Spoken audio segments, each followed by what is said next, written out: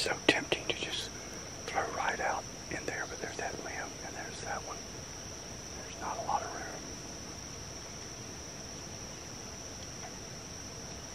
Nothing ventured, nothing gained, right?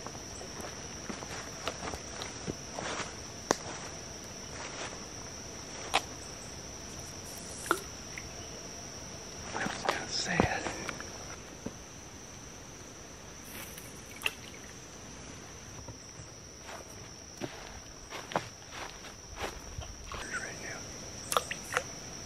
Toss it back in.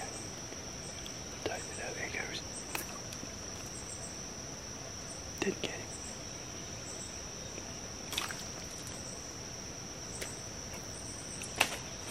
Well, there has to be a fish big enough in here to eat something. Got him. Okay. There he is.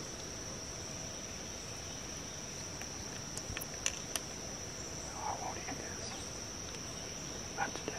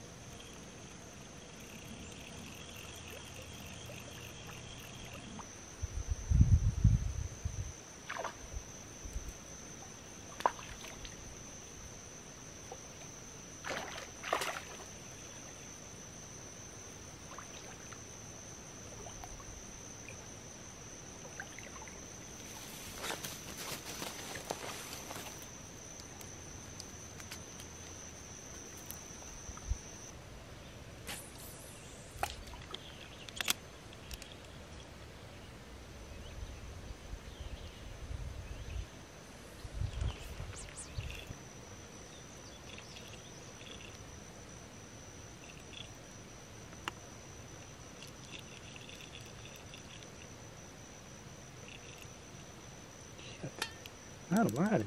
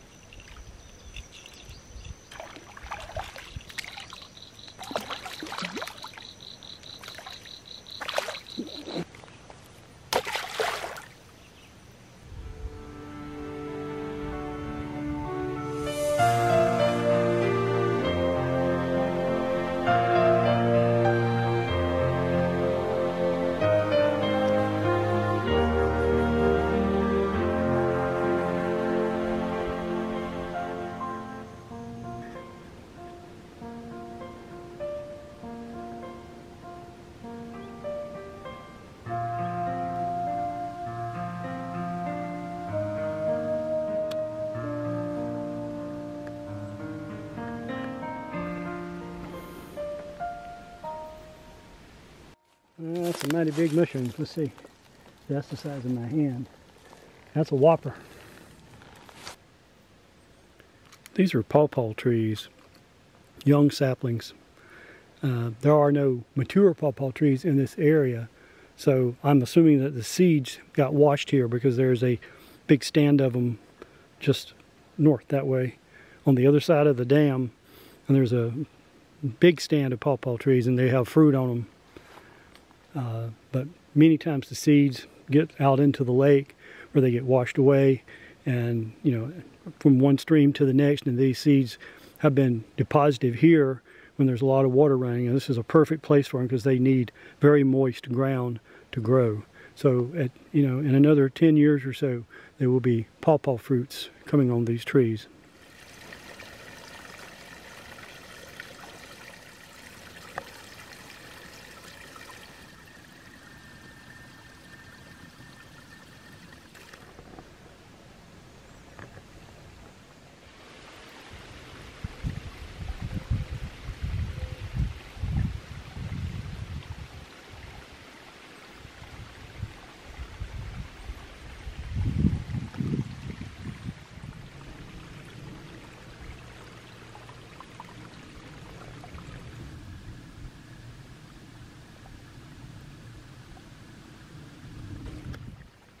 This is hog nut, if you'll see this.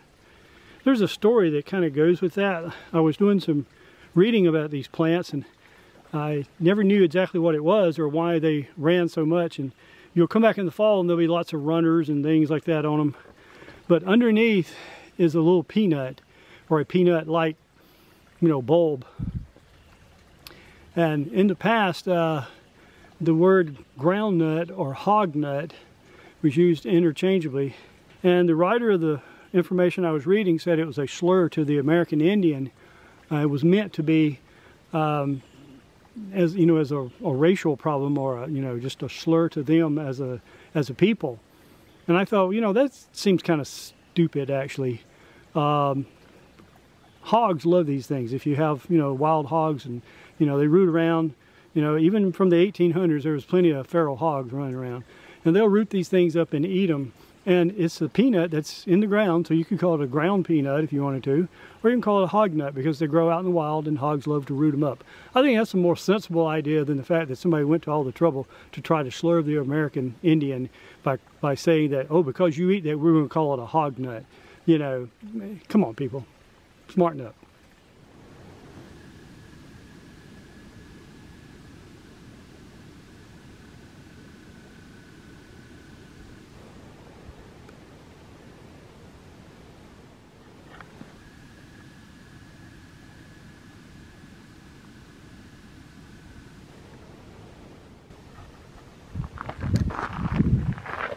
Across the bridge to the spillway.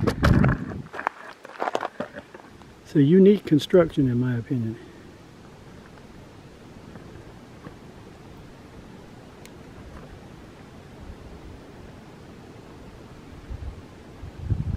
You're looking at a wild grape. Now, to put that in contrast, if you're out hiking, a lot of times you'll see a lot of muscadine, which would look like this. You see the grape has this type of leaf with the thing. You see there's serrations on it, or serrations, what do you want to call them? Anyway, this is an immature plant, but this is a muscadine, and they grow everywhere on the ground. And then sometimes they'll make it up in the tree and have the big giant vines. But this is wild grape, and it has the exact same leaves that you'll see on any other grape plant. Okay, I think I have to correct something I said earlier. I talked about those pawpaw trees, and in about 10 years they'd be having fruit. What I've found is a very young pawpaw, or a very small one. I won't say it's young. Maturity and age may not have the same thing. This one is growing up on a hillside away from the water. And as you can see, it has a cluster of pawpaws here. There's one here. Has some up here, so it's putting on quite nicely as a young pawpaw. So anyway, let me correct myself on this case. If you know different, or you have some comments on that, please do, because I assume they had to be of a certain age to put on pawpaws. But if this is a young tree, then I stand corrected. All right, well, this is Mike B from Mike's Wild World. I had an interesting day out on the lake, a little bit productive, and today was just really wasn't into eating the fish. Just wanted to see if we could catch a few. We have this beautiful lake that I've been showing you some parts of here. This is a special place, which is you have to hike in to get here. Normally it is a public place. This is why this is a beautiful campground, but it's closed unless you hike in from the other side, which is some game management land. So that's why I'm here. I don't think I'm hurting anybody, that's for shooting sure. There's nobody but me in this entire park. So that's pretty cool, actually. You never get an opportunity like that unless you go out looking for it. So I've been here all morning without any breakfast, and I'm going to have a little bite to eat. It is not fish. I threw some catfish back and some perch back. Just didn't want that today. So we're going to do something really, really simple. We'll use a fuel tab, but we're going to start it with a little bit of alcohol hand sanitizer. Just like that. Maybe this one's better. Nope. Oh, it is lit. Okay. Well, you can't see that stuff light, can you? So now I have a fuel tab I'm just going to throw right in the middle. And then I'm going to put my burner on and leave it. I'm going to leave the pieces in. Can you see that? It's right there. Yeah, okay. All right. And then I'm going to put my windscreen around it like that. And that should help considerably. I was wanting to invert it the other way, but I don't know. Let's check and see what happens if we turn it over. Okay, that goes way down. I kind of think I kind of like it like this. Because today, this is all about prepared foods. Let me get my little knife off this stupid wing. Okay. Look at that. That looks good just by itself. Alright, so that fuel tab is up and running now. That's looking pretty good. And I'm going to let this do a continuous run. I'll let you know how long the fuel tab actually worked. I'm going to get rid of some of this barbecue sauce, and I'm going to flavor this up a little bit different. If you never had, you know, these type of Vienna sausages in barbecue, that flavor's pretty good if you like that kind of thing, I guess. Like I said once before, it's kind of like eating dog food. But, you know, a little better, I suppose. I know what we feed our dog, I would love to eat. It's just perfectly fine, you know, with mixed vegetables and usually has wieners in it. I don't see any problem with that at all. So let's go ahead and get that up here. Make sure my pan is clean. Look at there. Well, that's just sitting right on there, just perfectly. It's kind of cradled. As I understand it, this is like one of those Waffle House or a Huddle House pan that they make omelets in. I found it at a thrift store, and then I've re-seasoned it, you know, and I think it's just kind of a perfect fit for sitting right up on there. But what I'm going to do is a little bit of a twist on just heating and eating. I'm going to fry these a little bit. I got a little bit of olive oil. Let's get that in there. There's a nice gentle breeze coming off that lake. The weather just is absolutely gorgeous. I'm going to try not to get all the sauce in there and just the wieners, you know. Hopefully you can hear that start to sizzle away a little bit. We're not going to let that go to waste, are we? No. Save that for later. It's not that I don't like this flavor, I do. I want a different one. So we're going to save that.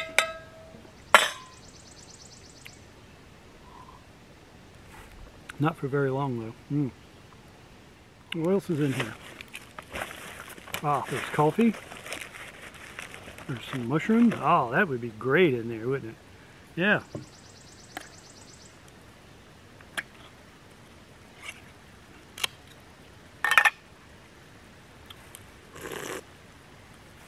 That's very mushroomy. There's an interesting thing about these cameras. You see a lot of people doing YouTube videos. And the difference between a camera and a camcorder. To be considered a camcorder, you have to be able to record more than 30 minutes.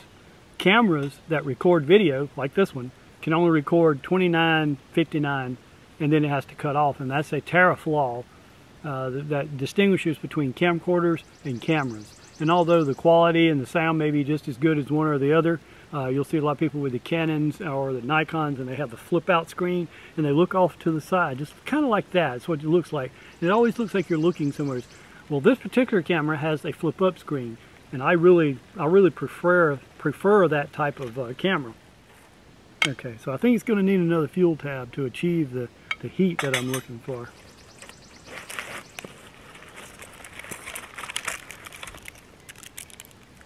And the more tabs, the more heat. The hotter the burn. It really doesn't burn longer, it just burns hotter. Okay, it's starting to warm way up here. Let's go here, put that in there. You'll hear it instantly just start to churn and take off. You know, you're not really having a bird's eye view of this, but I want you to see that 2 of these fuel tabs is producing just an amazingly good flame. And the windscreen being not put on correctly, it's actually upside down, the whole stove is. Because I have this table to set it on, concrete table, I wasn't worried about it. And this gives me the ability to put the windscreen up top a little bit higher and gives it a complete pot rest. Now, if you look, you see the pan. There's no air holes between the pan and the stove. Well, there are because of the burner is inverted. Well, actually, the other burner. This is normally at the bottom. Lets air come up. So I think I'm right. If I'm wrong, forgive me. But anyway, you can see that the flame is casting through there. You might be able to see it, yeah, down at the bottom. Looks like it. So there's plenty of air. I'm just going to put that on. Just kind of leave it. Oh, that is sizzling, man. I'm telling you. Do I dare have a cup of coffee on a warm, beautiful day like this? If it's cold.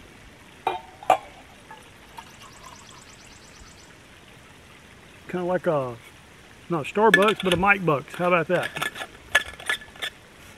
Or a Wild World Buck, whichever you want to go with. Yeah, I know that had barbecue sauce on it. That's okay. It's all going to the same place.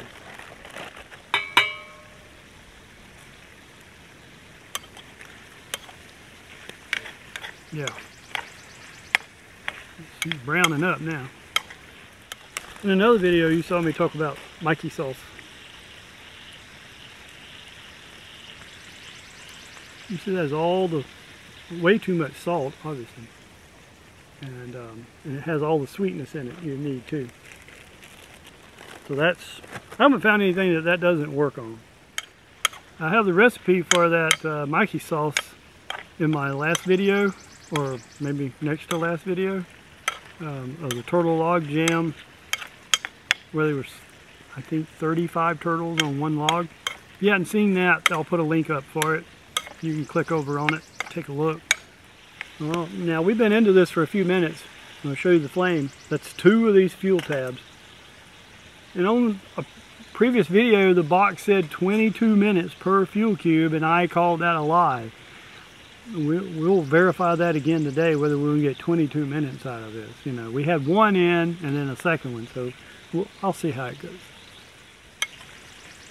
And today's one of those great days to be out and about, because I did something that I had been wanting to do for a while now, and that was to retire.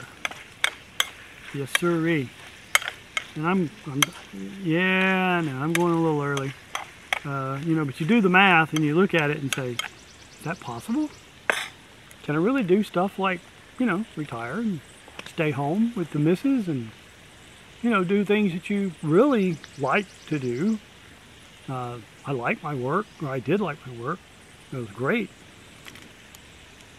But not having to go every day, particularly during the COVID crisis, is a pretty nice thing to do.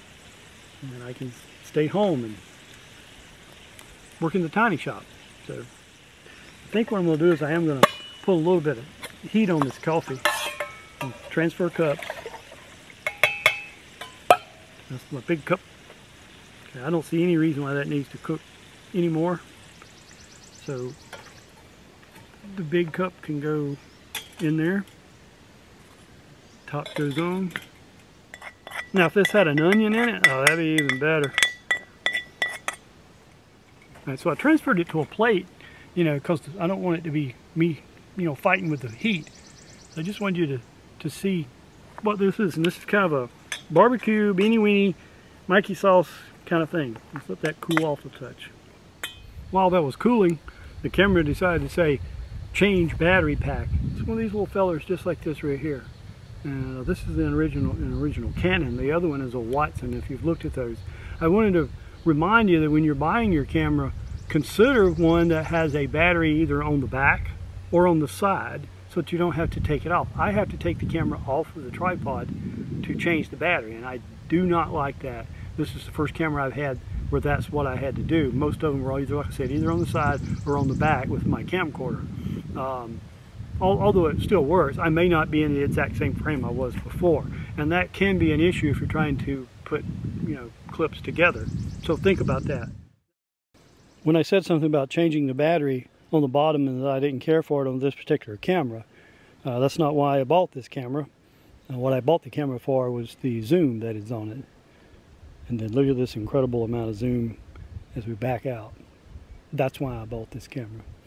Picture quality and zoom figured I would have to make do with the battery replacement on it. It's a PowerShot SX740HS by Canon 4K. Now my fire went out. My coffee's a little bit warm, which is good for a day like today. There you go, full cup. Take that. Took the chill out of it. Now, let's see what we got.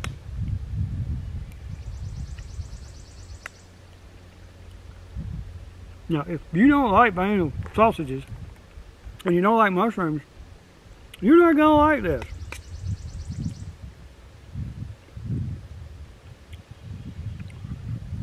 Is it healthy?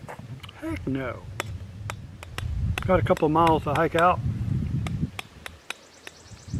That's why there's nobody here but me in this whole park. Because you have to hike in. And I don't see the downside of that, to be honest. I'm gonna finish this up, pack up, head up the road, okay? Thank you guys.